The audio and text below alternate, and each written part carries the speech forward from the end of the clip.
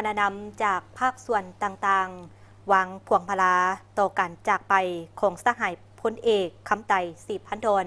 อดีตประธานคณะบริหารงานศูนย์กลางภาคอดีตประธานประเทศเริ่มด้วยคณะนำคณะจัดตั้งศูนย์กลางพรรคน้ำโดยสหายนางสีใสหรือเดชมุนโซนกรรมการกรมการเมืองศูนย์กลางพรรคหัวหน้าคณะจัดตั้งศูนย์กลางพรรค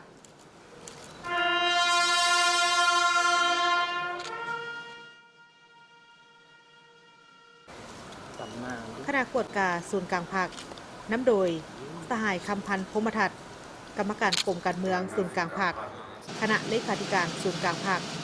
ประธานคณะกวดกาศูนย์กลางพรรคและองค์การกวดกาแห่งรัฐหัวหน้าต้านการสอนราชบังหลวงขันศูนย์กลาง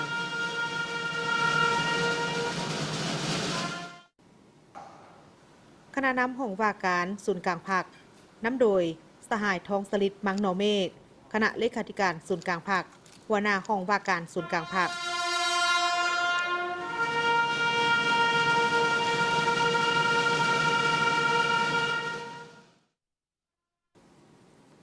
คณะนำห้องว่าการสำนักงานประธานประเทศน้ำโดย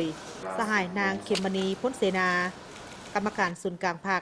เลขาคณะพรรคหัวหน้าห้องว่าการสำนักงานประธานประเทศ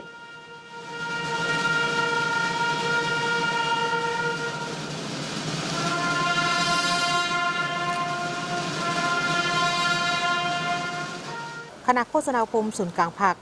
น้ำโดยสหายคำพันธ์เผยยวงศ์คณะเลขาธิการศูนย์กลางพรรคหัวหน้าคณะโฆษณาคมศูนย์กลางพรรค